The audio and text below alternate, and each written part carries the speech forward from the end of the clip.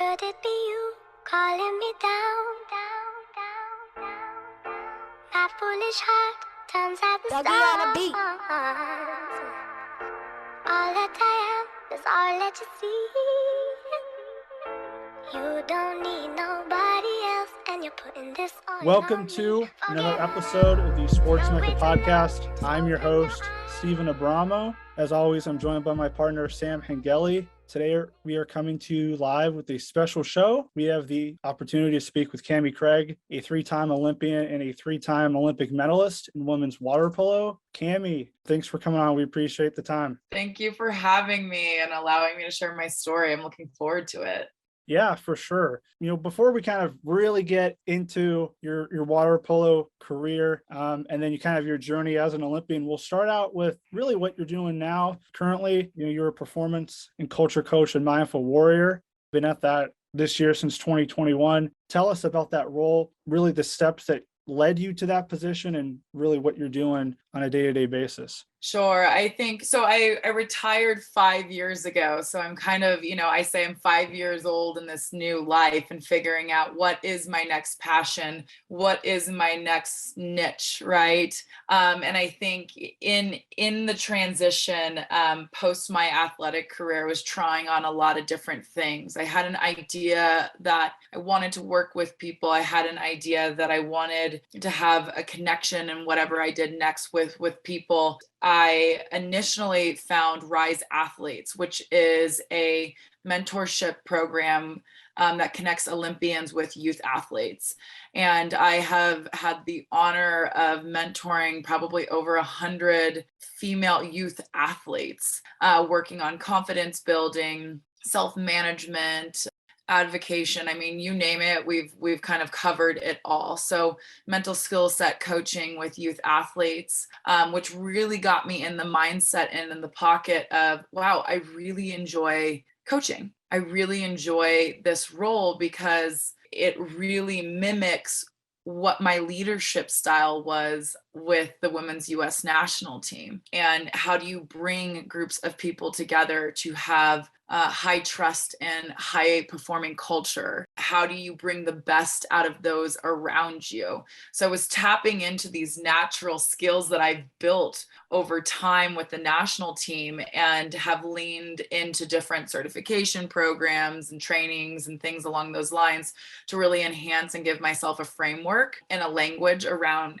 coaching. I've been connected with the CEO and founder of Mindful Warrior for almost 3.5, 4 years now. And timing was right in April of 2021 to join the team and do corporate coaching and culture design being, how do you bring a team together to work effectively and efficiently? And so again, I feel really fortunate. It wasn't without a little bit of clunkiness and a little bit of, hard work and pain to figure out where am I going to be next. Being an athlete and having worked to be the best in the world at what you do, that transition is, again, it has that clunkiness. It has that kind of like pain that comes with it. But I'm loving being in the pocket with coaching. I'm loving learning around it. I'm loving, the clients that I get to work with. And I mean, that's what I'm doing. And it's cool. It's allowing me to be a teammate that I've been,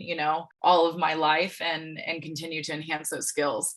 Mm-hmm. So you got your bachelor's degree in sociology from USC. Did that play a part, by you getting your degree in sociology, kind of working with people and kind of knowing their mindset? Did that play a role in your decision to do this, to do mentoring and coaching after playing water polo?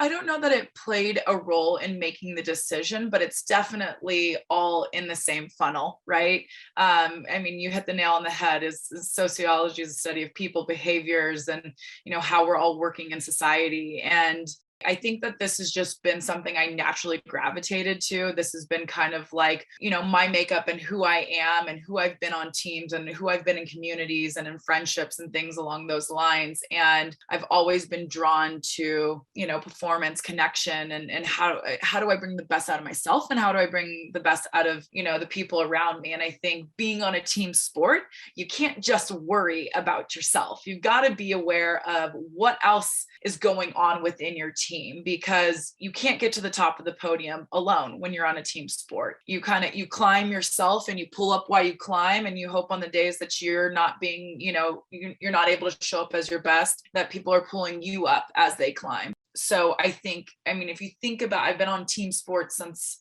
I was 14 at a high level for almost 20 years. And so the repetition I have in working in groups and really building upon that it's a lot, right?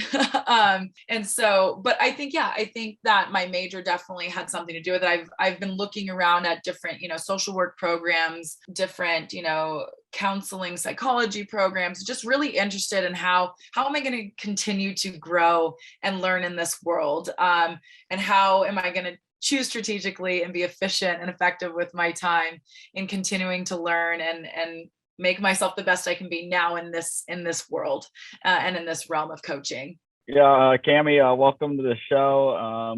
So you grew up in Santa Barbara, California. Talk a little bit about your sports background before you played water polo, and then what age did you start water polo, and then what got you interested in trying water polo? Yeah, so I was born and raised in Santa Barbara, California, actually a little town inland from there called Santa Ynez. And I was diagnosed with ADHD and dyslexia at age 7. My mom was pretty aware that I had a lot of energy far before the diagnosis. My mom really committed to designing a lifestyle for me that was going to help me manage my energy and manage just, really energy, this big personality I had. And I think I was prescribed medication for my ADHD, and my mom just poured the whole bottle down the sink and was like, we are going to just get you moving so that you're tired at the end of the day, so that you can sit in class for a whole day. And we're going to make movement and fitness a part of that management tool. And so by the age of 3 or 4, I was swimming, I think 4 days a week, 5 days a week with the local YMCA. And the water was a place where I could be loud, I could be big, I could use all of my energy. It was really just a positive place for me to just be big and boastful and, do all the Cami things. Where the classroom was a little bit more of a challenge. I almost kind of put on my armor to get into the classroom each day and figure out how to navigate that environment with dyslexia and ADHD. That's like the last place I wanted to be, right? So the water really became a safe haven for me and a place where I could be myself. And it was all about trying everything. I played volleyball, softball, I played basketball for 7 years. I swam since the day that I can remember. And still the pool serves as a release, a therapeutic tool for me. I still swim every single morning because it's important. I'm like, no matter what mood I am, it's like, go swim, Cam, just go swim. You'll feel better, go swim. And then the swim team that was in our local town had left. So one of the boys that I was swimming with was like, you got to try water polo. And I'm like, okay, I don't know what that is, but here we go. And we were driving about 50 minutes to practice 2 days a week together. We would carpool. And it was kind of love at first practice. It was like the best combination of swimming and basketball, which were the sports that I really loved. And I got to keep my head above water and talk to everyone. So that was also a bonus for me. I'm like, connection, people, cool, let's talk. Yeah. And so, from the moment I started water polo, it was just like, it moved quick, right? I was learning, I was adopting all the skills, I was loving it. I was progressing at a, really strong rate. And that was exciting. It was kind of like, I'd set a small goal and I'd reach it and tick it off. I'd set the next small goal, reach it and tick it off. And to the point to where I was like, wow, I'll never forget my mom looking at me. She's like, you could actually make the Olympic team in 2008. And that was a really, it was a quick process, but it was a long one of a lot of mini micro goals put together that put me in that position to potentially make my first Olympic team. That's awesome. When it comes to water polo, do most professional water polo players have a swimming background before? And then also, what sport also translates really well to water polo? Yeah, so I think if you guys, Kansas City, not a lot of water polo there.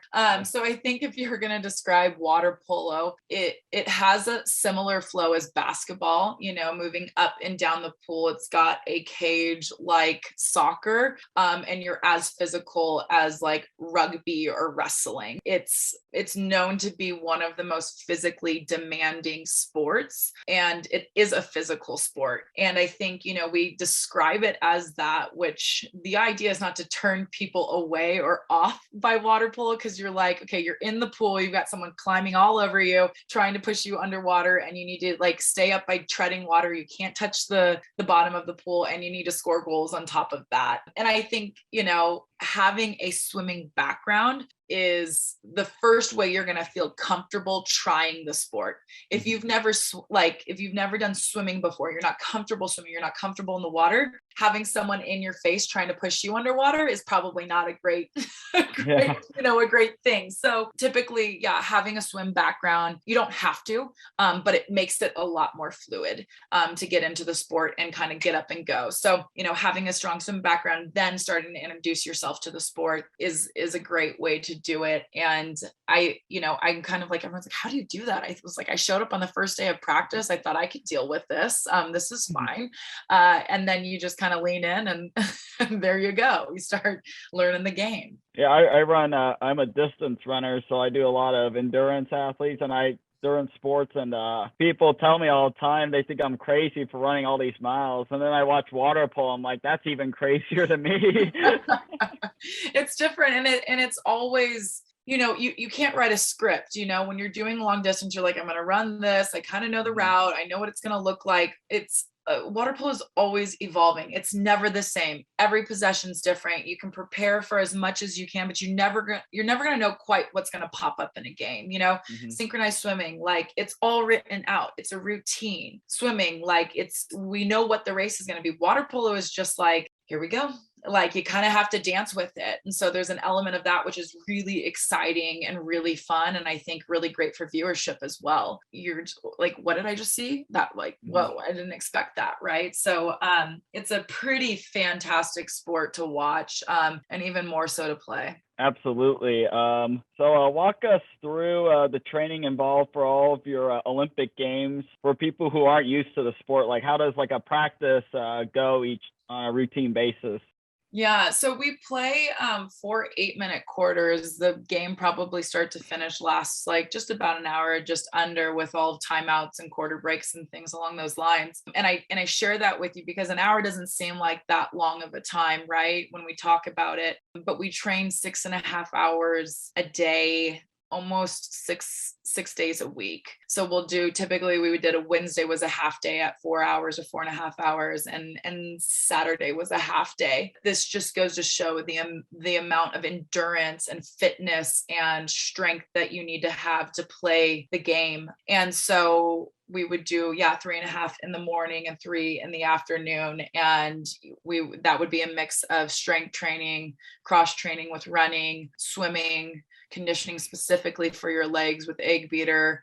And then in the afternoon, we typically did technical and tactical. So we would do a lot more skills and drills, scrimmaging, actually playing, shooting, but it's a full deal, right? And then you're doing video and team meetings on top of that. And then once your day's over, once your 6.5 hours of training is over, then you can go into the body work and recovery and the rest that you need to do. It's a full-time job. It's an absolute full-time job when you're in full-time training. And, I think about and I look back at my time of training and how protective I was over that time. So even every piece of food that I put in my body, what I chose to do with my body when I wasn't at the pool, how was I resting it and recovering it, and just the thoughts that I would let into my mind, and where was I keeping my mind when I was away from the pool? Where was my mind at when I was at the pool? Who was I who was my community and my team at the time, and how are they supporting my journey to, again, maximize all that I was doing, because not only was it my dream to get to the top of the podium, but it was 13 other women's dream that I felt part of that responsibility to do. And so again, very protective of that process.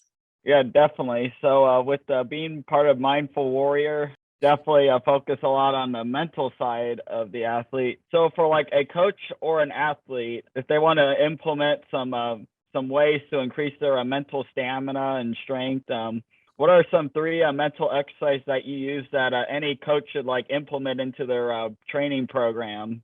I think, I won't give you exercises, but I'll give you a few themes. I think noticing where your focus goes is really, really important. Noticing what thoughts I would allow in my mind, and really what healthy thinking was. What did I want to have playing on a loop, in my mind? Because inevitably our mind's going to think, it's going to wonder, it's going to go. And just having self-awareness, of my emotions, my moods, my behaviors, thoughts that were coming up. And then, practicing self-regulation. So, understanding what I wanted to do with all of those emotions, behaviors, moods, and thoughts that were coming up, and really having my time, energy, and focus on the things that were within my control. I think really now, especially with our young athletes, comparison. Mm-hmm. We got social media, we got everyone wants to be doing, the best and be seen as the best and all of those things. But really, when we're focusing on other people, we're losing the ability to really focus on ourselves and make forward movement in the ways that we would like to do. Again, self-awareness, self-regulation, and then really noticing where are you putting that focus and time. And it really should be on yourself to move forward, and being aligned with that before you can help others along that journey as well. And sometimes simply that focus on yourself is helpful enough to lead by example for those around you. Yeah, when you were talking about that, I was thinking about when I was watching The Last Dance, and Michael Jordan, he was talking about like how present he was in the moment. Like he would never think about a shot that he hasn't taken yet. Like he was so like focused in the present moment. That's what made him great, and that's made you great, and that's what made like every like champion or gold medalist get to where they are today. Absolutely. I think, being present is so much a part of it, right? You can't premeditate or write the ending before it happens. And I think, it's not over until the final buzzer rings, as cliche as that sounds. I mean, it's so true in a lot of ways, and especially playing in a high level athletic game, for sure. When it comes to athlete development in water polo, what are some parts of the body that you want each player tries to develop that will help them perform at their highest level? And like, what's the emphasis in the training development? Sure. I think, you nailed it right from the beginning, is that you want to have a really solid swim background. You want to be able to have the fitness to move up and down the pool. And then from there, it's just your development of overall strength. I can't say that you can isolate one part of your body with water polo, because everything is asked of you to show up, you and your wholeness, right, for water polo. But I think a really great fitness in swimming is going to be really important. The water is a great equalizer. So, I mean, we're all the same height in the water, right? Like, yeah. You can be 5'4" or you can be 6'3". Length is important, but there's just different ways that you can approach your game. If you're, a smaller player, you're going to be quick, you're going to be explosive, you're going to be, you're going to move quicker than some of the bigger players in the water. As a bigger player, you're throwing around strength, you're throwing around weight, which is also, an advantage in itself. But I would say, overall strength, a balanced strength, a strong core, strong legs and strong arms. You're going to need all of it to take a simple water polo shot, like just one simple shot with no one on you.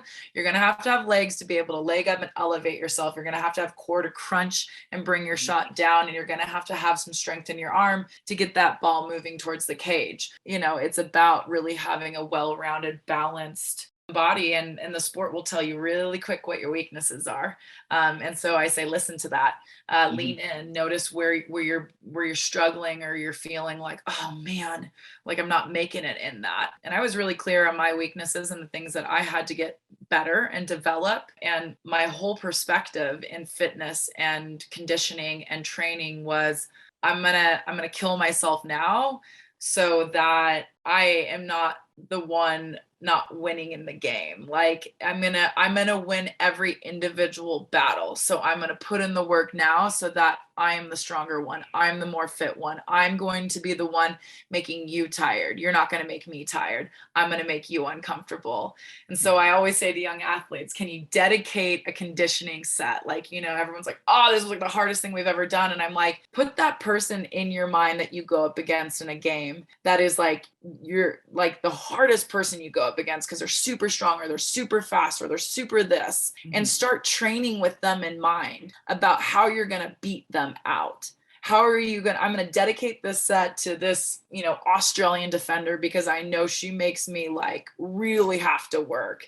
And if I can outbeat her in 1 second or moment, or beat her on a certain move, then I'm going to end up winning that battle specifically. And that's what I always kind of held and kept me going and motivated me in some of those really intense conditioning sets. Absolutely. Just trying to stretch yourself each day is how you got to do it.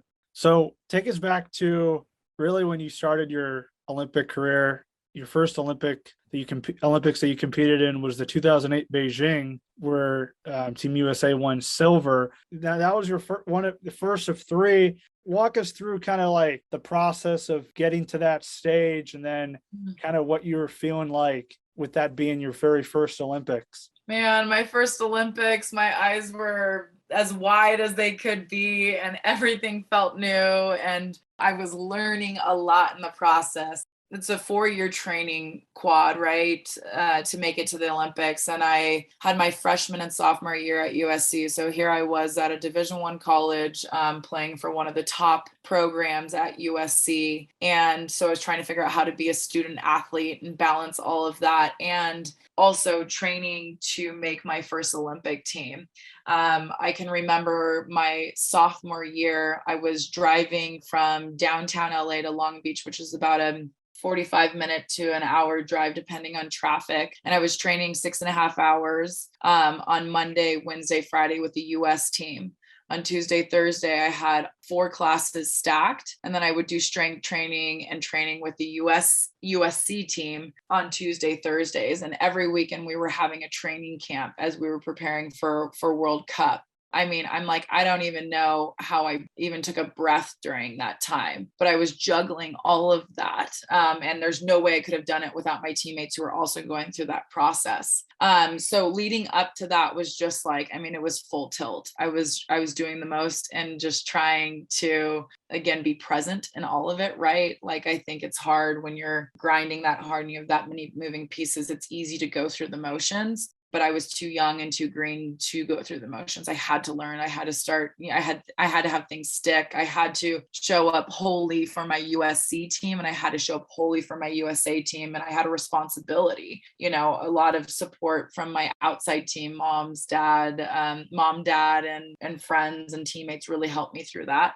Got through it. Took what would have been my junior year off to train full time with the national team. Took a leave of absence from USC and just grinded leading up to Beijing. I was the youngest on the team at 21, but we had a very green team. We only had 3 returners on that Olympic team. We were young, we were dominant, we were undefeated for a year and a half going into the Beijing Olympics, and got there, which was like the dream come true. Made my first Olympic team. I mean, wow, it was it was overwhelming. It was exciting. I felt prepared. I was really looking forward to seeing what we could do as a team, being that our year and a half was just so successful.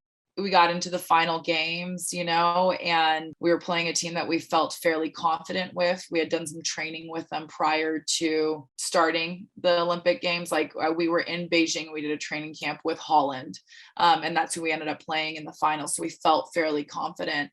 and potentially got too comfortable, changed a little bit about how we approached the game. And I think there was a lot of nerves. There was a lot of, a lot of nerves. It was our first final game at the Olympics. It's the final of the Olympic Games. Like that's a big thing, right?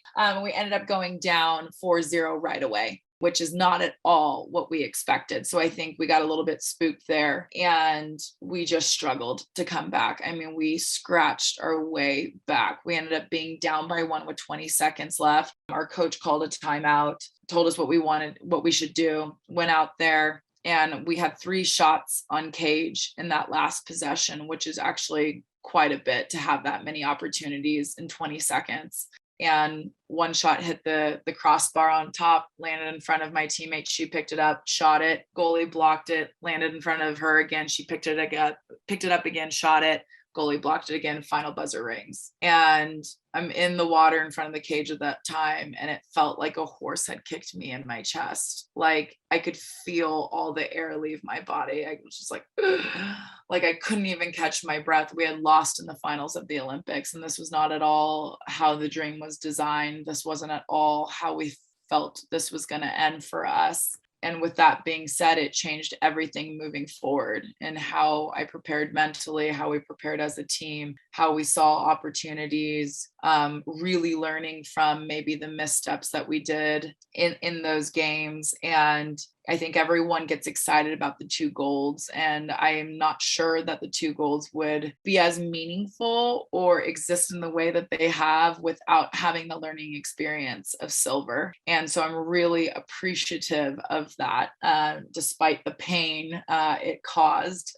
It really, really taught me a lot. Mm-hmm. So 1 gold in 2012 and 1 gold in 2016. 2012 was London and 2016 was Rio. I mean, you just mentioned that getting the silver in Beijing was a really big learning experience for you. Kind of that, okay, maybe a little bit of a humbling, maybe. Walk us through or give us some like really cool, interesting stories about that run to gold in 2012 and then 2016, but also for you personally, or even as a team, like when you were, obviously it's a different emotion when you get on that podium and you get a silver compared to when you get the gold. What was that emotion like when you finally got the gold? For sure. So I think learning and growing and is never comfortable. Like I don't know that I've experienced learning and growing to be a super comfortable thing. And there's always a part of you that's being pushed or developed or changing, right? And there's awareness with that. I think what was really important for us in 2012 is creating a really strong bond as a team. And when I say bond, I don't mean that we're all best friends, but that there was trust and respect, and there was belonging and inclusion, and there was a bond in a way that we could count on each other and lean on each other. Again, were we all best friends? No, absolutely not. But there was an immense amount of respect, and the time and energy we put and invested in building those relationships was significant, and it was important. I think it was a big part of us becoming a team. The next thing that was really stood out to me is that we had ownership of our team in 2012. It was ours to be had. We made the decisions and we were responsible for the decisions we made as a team. We were really playing for the girls in the pool and not the coach on the deck. And that's really important, because if you're playing for, and this is a lot for the younger players, if you're playing for the coach on the deck or on the sideline, inevitably the teammate next to you can become the enemy, right? Because you're playing for something outside of your team. And I think that our coach was our fearless leader. Our coach was who kept the tempo for us. We trusted him as much as we trusted each other, but we were playing for the girls in the pool. Our coach couldn't jump in and, wrestle a Hungarian and or like score a goal for us. He couldn't do that. But what he could do was hold the space for us to do it and lead us through that. So really having our intentions right and being really clear about who are we playing for? Each other, right? And when that is felt amongst a group of 13 women trying to do something big, I got goosebumps talking about it. It's a pretty powerful thing when there's full trust and you guys are working for each other. those were developed and learned. And for me, something I really pressed as a leader on the team to enhance and to develop. And everyone was a part of orchestrating how that developed. Our coach was a part of it. Each of us as individuals were a part of it. In 2012, I had 2 teammates who had competed in 4 Olympic Games. Women's water polo debuted in the Olympics in 2000. We had won silver, bronze, and silver. And 2012 was our opportunity to have 2 of my teammates who are 4-time Olympians, which means they'd been in it from the start, have their opportunity to win a gold medal. When the final buzzer rang in London, and we had won gold, and we got the opportunity to stand on top of the podium and hear our national anthem play. Ooh, it makes me emotional talking about it still, because it's probably one of the coolest things I've ever experienced. But watching those 2 girls receive their gold medals was so cool, because they had been at it for 16 years, and they finally, I'm like, here's your gold medal, go take a nap. Like, like, you did it. But that was super powerful, and to have made history for women's water polo was super powerful, and to live out the dream that I've had, as a kid, and just have all that hard work pay off, and to be enjoying it with my team. I always say, like, no matter how close you are to the experience, whether you are a parent or a boyfriend or a girlfriend or whatever, and you're living closely to this experience of this athlete training to the Olympics, nobody knows but you and your teammates. If you're a team sport, if you're an individual sport, no one really knows but you. You are the only one responsible for putting in the energy, time, and effort, and you're the only one that can do it. To experience that kind of pocket of joy, success, celebration, and to be doing it alongside of the girls that I watch sacrifice each day, show up each day, and put 100% in, it doesn't get any better than that.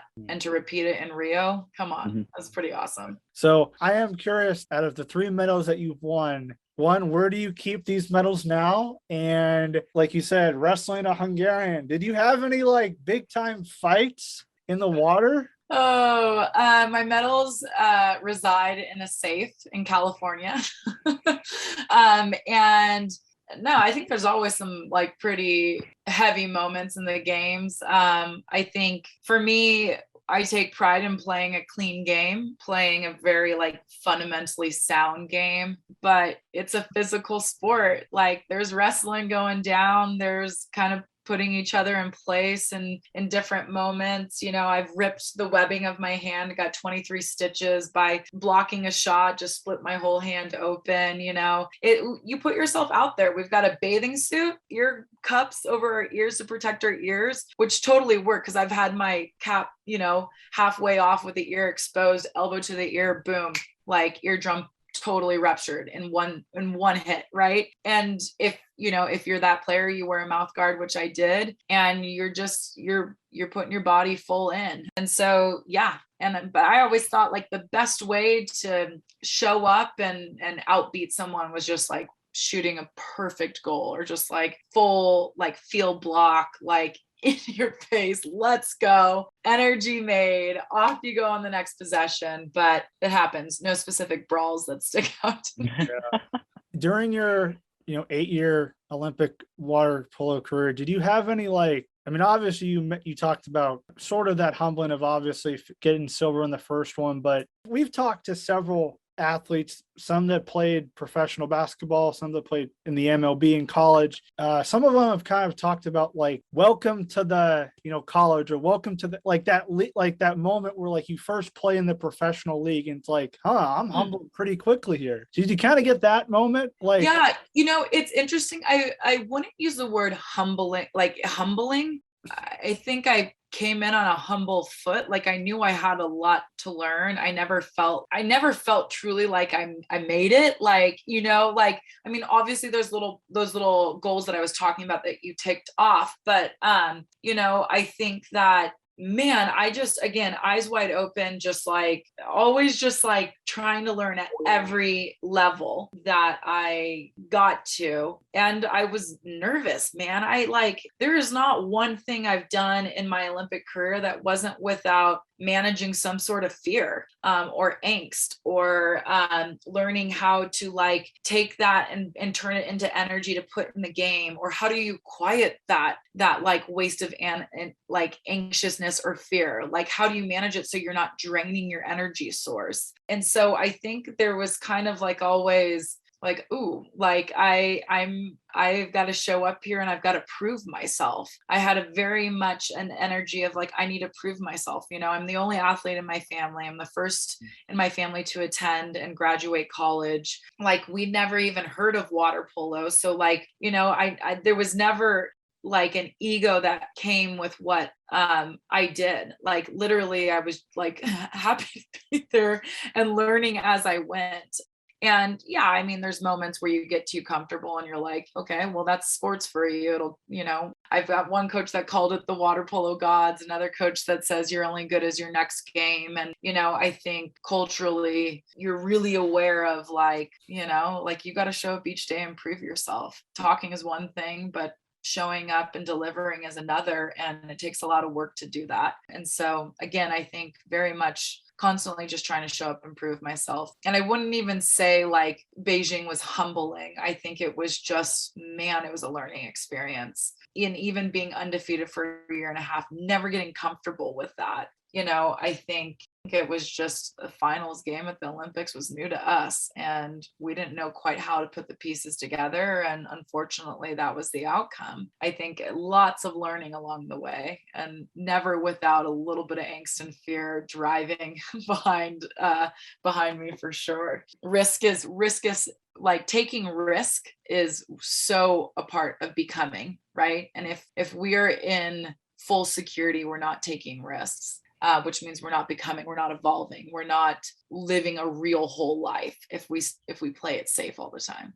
Aside from playing in these 3 Olympics, you know, you still had the opportunity to be in those different cities in Beijing and Rio and London. Just how did that feel to you, kind of going in those cities for that 2-week time? By the way, you're a first Olympian, so like that we've had on. So when you get to these cities, like what was the schedule like? Did you have any time to tour the different parts or no? No, you didn't? No, typically we do like a test event prior where we can go play around and see the city and just get familiarized in it, which is awesome. So you're not distracted when you get there. I think the Olympic Games and how you want it to be, or at least how as an athlete I did individually wanted it to be designed, is that you've been there before. You don't want it to feel like the biggest moment of your life. You don't want it to be incredibly distracting. You don't want it to be like, oh my gosh, we're like, you know, change everything. We're here. We're at the big dance. Like you want it to feel like, oh, this is the same training schedule. We're eating the same food. We're going to play the same game with the same cages and the same women that we've seen over and over again.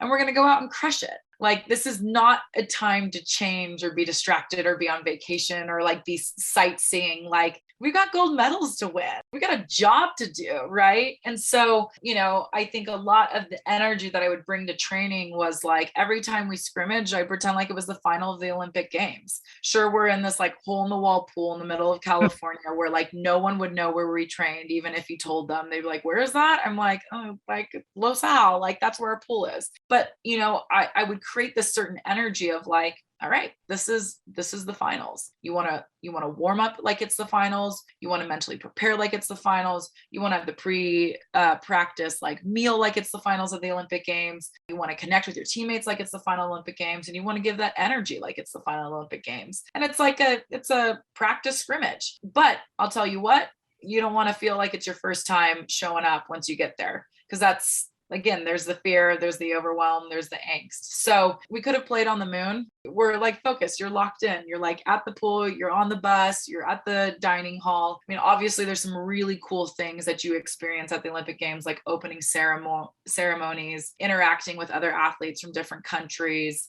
being in the village. It's a cool thing. You realize you're part of something bigger. How everything's outfitted and the venues are done is like pretty amazing. There's rings everywhere, which is awesome. And then just the crowd and the audience, you can feel that energy, yet you're not distracted by it because you're in a flow, you're in a zone. I think there's something pretty special about it, and there's something that you want to normalize about it. So when you get there, it doesn't feel so overwhelming. You don't feel like you're so off your like track of what you're there to do.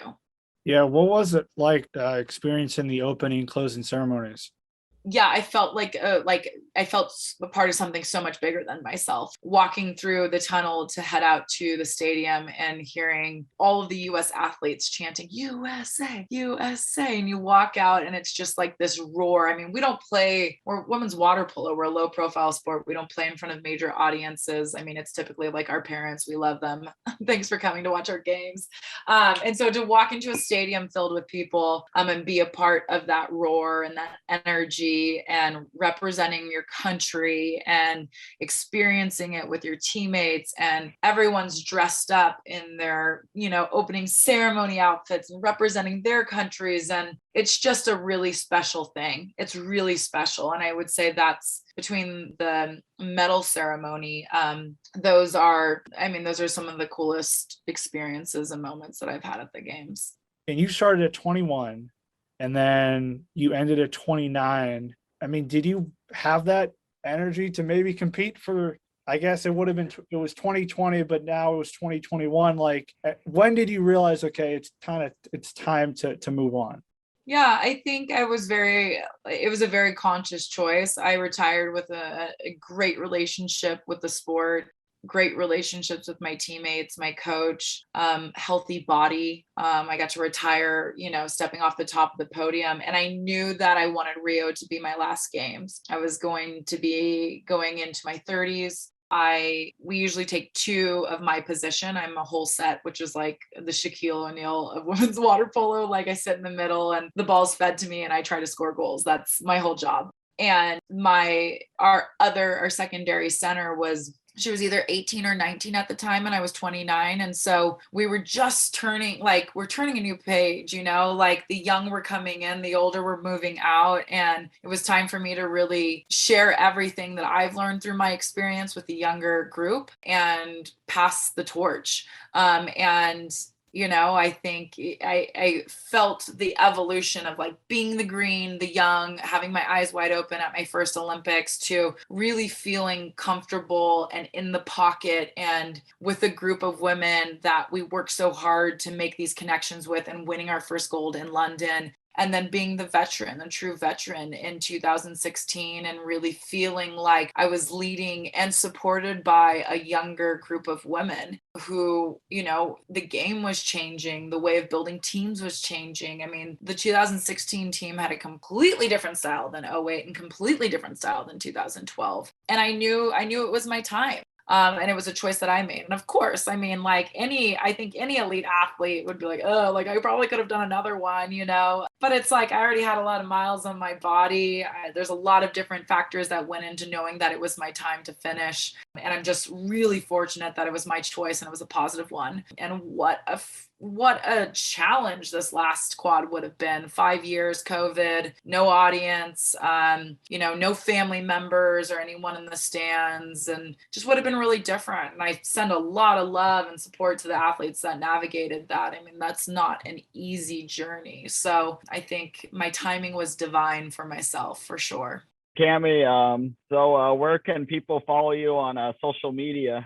Yeah, so I'm on Instagram at Cami Craig USA. Go check out, if you are a youth athlete listening, go check out Rise Athletes. I'm one of many athletes that represent, many different sports within our mentorship program. And I mentor much more than just water polo. I've worked with 15 different sports. So we're here for you to support you on your journey. And if you are an elite performer, an executive in the corporate world, or just an elite athlete in itself, go check out Mindful Warrior, and we'll help you along that journey as well. And yes, thank you for having me. Thank you very much, Cami, for coming on, and also for your work with helping other athletes and other people, help them mentally get stronger and help them navigate through their challenges of life. Awesome. Thank you guys. Appreciate it. Best of luck in all that you guys are doing. Yeah, thank you so much, Cammie. We appreciate it. Thanks for listening. If you are new to the show, make sure to follow the Sports Mecca podcast on Spotify or Apple Podcasts. Also follow us on Instagram and Twitter at the Sports Mecca.